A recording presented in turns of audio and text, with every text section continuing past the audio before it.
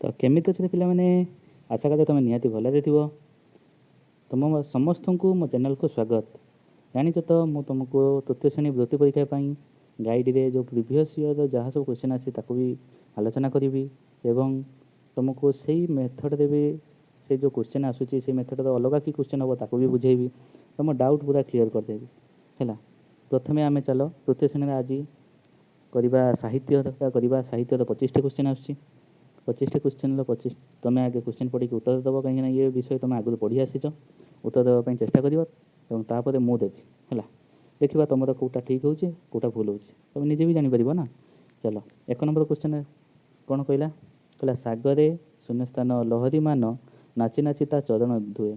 सागरे ये जो जगार शून्य स्थान कि पदटी रही देखी क लिखाई तार खरे मोर गरे नील घरे उच्च कौटा सागरे नील लहरी माड़ नाची नाची ता चरण धुए यानी ऑप्शन ग है। 2 नंबर ताहारी सुख काम नाम ताहारी सेवा आमरी काम यार ऑप्शन कौन देला एठारे कहार सेवा कुआ जाइछि ऑप्शन को जननी ना जन्मभूमि ना गुरु घ पिता कहार ठीक कहीच जन्मभूमि।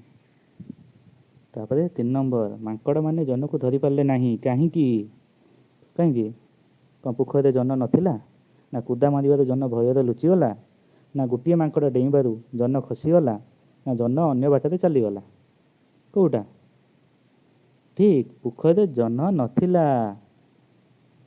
4 नंबर कौस्তুরବା लुण खाइबा बंद करिबारु कौन है गांधीजी लुण खाइले नहीं ना से बेमार हो पड़े ना तांकर रोग अल्प कमिला ना से शीघ्र सुस्थ हो उठिले कहले देखी पढ़ी तो बस ठीक घ से शीघ्र सुस्थ हो गले।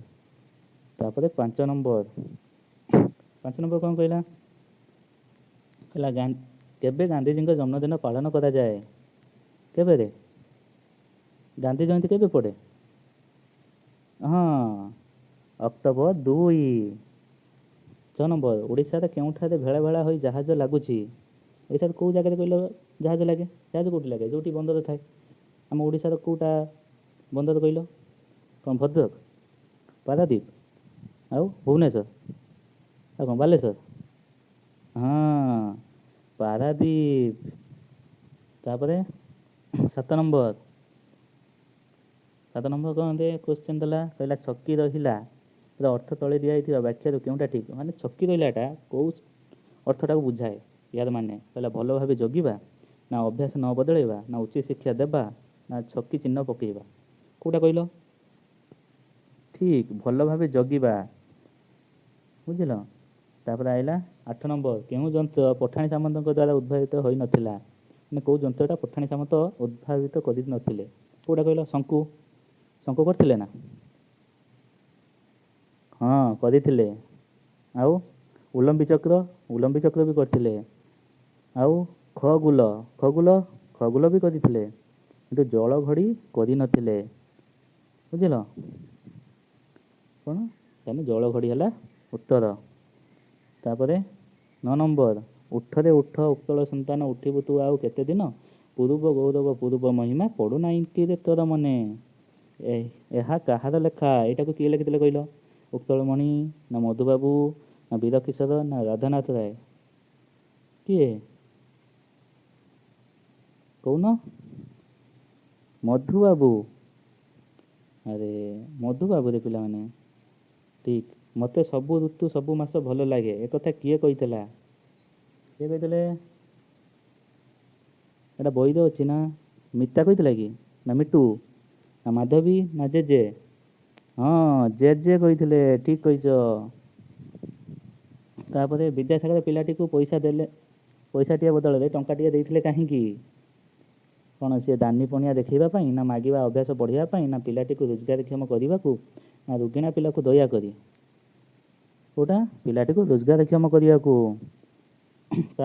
धर्मा क्यों असाध काम कर दधि नौती बसई पारिथिला बापा को खोजी पाई पारिथिला ना मंदिर ऊपर को चढ़ी पारिथिला ना दूर कोणार्क को आसी पारिथिला कौटा करथिला ଦଧି ନଉତି ବସେଇ ପାରିଥିଲା। ବୁଝିଲ। ତ 13 ନମ୍ବର ବୀରକିଶୋର କିପରି ଗୀତ ଲେଖୁଥିଲେ? ପୁରାଣ ଓ ଭଜନ, ପ୍ରକୃତି ଓ ବର୍ଣ୍ଣନା, ନୀତିବାଣୀ ନା ଜାତୀୟତା ବୋଧକ? ବୀରକିଶୋର କେଉଁ ଭଳିଆ ଗୀତ ଲେଖନ୍ତି କହିଲ? ଜାତୀୟତା ବୋଧକ। ତାପରେ ଆସିବା ଆମେ 14 ନମ୍ବର ତାଜମହଲ କେଉଁଠାରେ ନିର୍ମିତ ହୋଇଛି? ରାଜସ୍ଥାନର ଧୌଲପୁର ନା ପଶ୍ଚିମବଙ୍ଗର କୋଲକାତା ନା ଉତ୍ତରପ୍ରଦେଶ ଆଗ୍ରା ନା ଛତିଶଗଡ଼ର ବିଳାସପୁର? କେଉଁଠି? ଉତ୍ତରପ୍ରଦେଶର ଆଗ୍ରା ସହରରେ। ବୁଝିଲ। ତାପରେ ହେଲା ବାୟୁମଣ୍ଡଳକୁ କିଏ ଅମ୍ଳଜାନ ଯୋଗାଏ? ସମୁଦ୍ର ନା ଗଛଲତା ନା ବୈଜ୍ଞାନିକ ନା ପ୍ରାଣୀ ଜଗତ? ଆରେ ଅମ୍ଳଜାନ କିଏ ଦିଏ ଆମକୁ?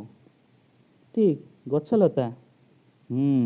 ତାପରେ ଆସିବା 16 ନମ୍ବର ବଣି ସୁନା ପଞ୍ଜୁରୀ ରୂପା ଥାଳିରେ ଭାତକୁ କାହିଁକି ମନା କଲା? ସେ ବନ୍ଧୀ ଜୀବନ ଚାହୁଁନଥିଲା, ତାର ଏସବୁ ଥିଲା, ଦାମୀ ଜିନିଷ ପ୍ରତି ଆଗ୍ରହ ନଥିଲା, ଏସବୁର ମୂଲ୍ୟ ଜାଣିନଥିଲା। କେଉଁଟା? ବା ସେ ବନ୍ଧୀ ଜୀବନ ଚାହୁଁନଥିଲା। ଜଣେ ବନ୍ଧୀ ହେଇକି ରହିବା ପାଇଁ କେବେ ଚାହିଁବ ନା? 17 ନମ୍ବର ଆସ ଲୋକେ ତ ଆମର ବଳ, ଲୋକେ ତ ଆମର ଶକ୍ତି। ଏକଥା କିଏ କହିଥିଲେ? କରୁଣାକର ନା ଦଳ ବେହେରା ନା ଝପଟ ସିଂ ନା ବକ୍ସି ଜଗବନ୍ଧୁ? କିଏ କହିଥିଲେ ରେ? ଦଳ ବେହେରା।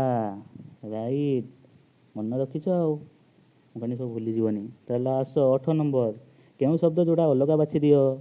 ଶଶୀ ଚନ୍ଦ୍ର, ସାଗର ସମୁଦ୍ର।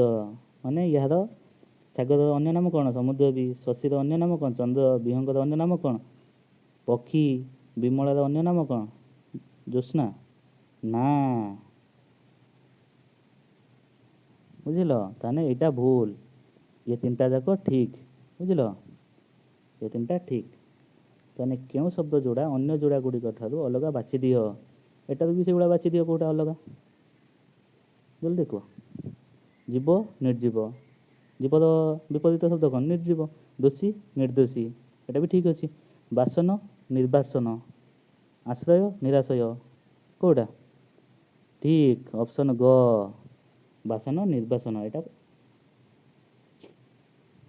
ତାପରେ ଆସିବା 19 ପରେ 20 ନମ୍ବର କେଉଁ ଶବ୍ଦର ବନାନ ଭୁଲ ଅଛି? ଅନୁକରଣ, ଜ୍ୟୋତିର୍ବିଦ, ସୂର୍ଯ୍ୟପରାଗ, ସହାନୁଭୂତି। କେଉଁଟା ଭୁଲ ଅଛି କହିଲ? କେଉଁଟା?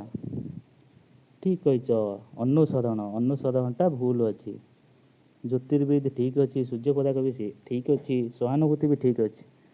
ବୁଝିଲ। ଅନୁସରଣ ହେଲେ ସେଟା କେଉଁ ସହ ହେବ? ଏଇ ସହ ହେବ। ବୁଝିଲ।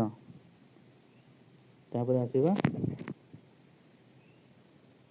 କେଉଁ ଶବ୍ଦଟି ଶୁଦ୍ଧ ଭାବେ ଲେଖାଯାଇଛି? ନିନ୍ଦନୀୟ, ସ୍ୱାଧୀନତା, ବକ୍ତୃତା, ଅନୁସୂଚିତ।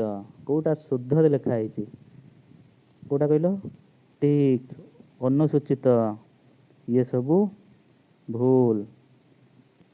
ତାପରେ ଆସିବା 22 ନମ୍ବର କେଉଁ ଯୋଡ଼ିଟି ଅନ୍ୟ ଯୋଡ଼ି ଗୁଡ଼ିକ ଠାରୁ ଅଲଗା? ଅଜା ସହିତ ଆଈ, ମଉସା ସହିତ ମାଉସୀ, ଭଣଜା ସହିତ ଭାଣିଜୀ, ପିତା ଓ ମାତା। କେଉଁଟା ଅଲଗା? ଆରେ ଇଏ ହେଲେ ସବୁ ସ୍ୱାମୀ ସ୍ତ୍ରୀ। ଭଣଜା ଭାଣିଜୀ କ'ଣ? ଭାଇ ଭଉଣୀ।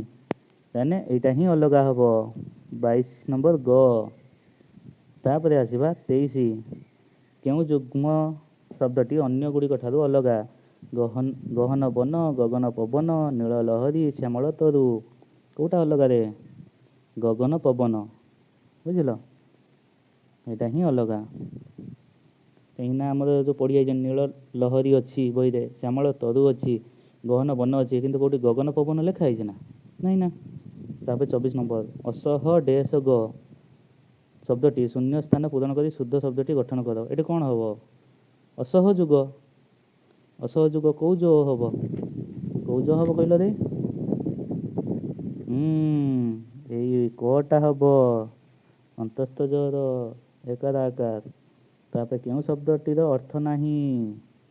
ତରବର, ତରବାର, ତରବାରୀ, ତରୁବର। କେଉଁଟାରେ? ଜଲ୍ଦି କୁହ, ଜଲ୍ଦି କୁହ। ତରବାର, ଅପସନ୍ ଖ। ତରବର ମାନେ ଜଲ୍ଦି ଯିବା, ତରବାରୀ ମାନେ କ'ଣ ରେ? ଖଣ୍ଡା। ତରୁବର, ତରୁବର ଜାଣିନି, କିନ୍ତୁ ତରବାରଟା ନୁହେଁ। ହେଲା। ଚାଲ ତା ସହିତ ଏବେ ଆଉ ଗୋଟେ ବି ପାର୍ଟ କରିଦେବା। କେଉଁଟା କହିଲ? गणित तो करथिले काली आज करवा चल पुणी परिवेश विज्ञानटा करदे या पर भिडियो मु तुम नहीं आसी मानसिक दक्षता सेटा टिके बुझेदेवी तुमको भलसे है तापर यहाँ कौन 51 कर देख क्यों उक्ति ठीक बाछि दियो बाइक चालक हेलमेट पिंधा ना रास्तार खाली थे सेठारे खेलिबा सान भाई दुष्ट हेले बाड़ेबा रास्तार दल बांधि चलवा कौटा कहल कौटा ठीक 51 क बाइक चालक हेलमेट पिंधा क्यों उपकरण डाक्तरखाना व्यवहार हुए ना कौटा डाक्तरखाना व्यवहार हुए रे टेथोस्कोप हुए ना हाँ माइक्रोस्कोप एटा भी हुए थर्मोमीटर थर्मोमीटर हुए ना हुए टेलीस्कोप एटा हुए नहीं ताने ऑप्शन कोटा ग टेलीस्कोप कौन टेलीस्कोप कोटा कहते रे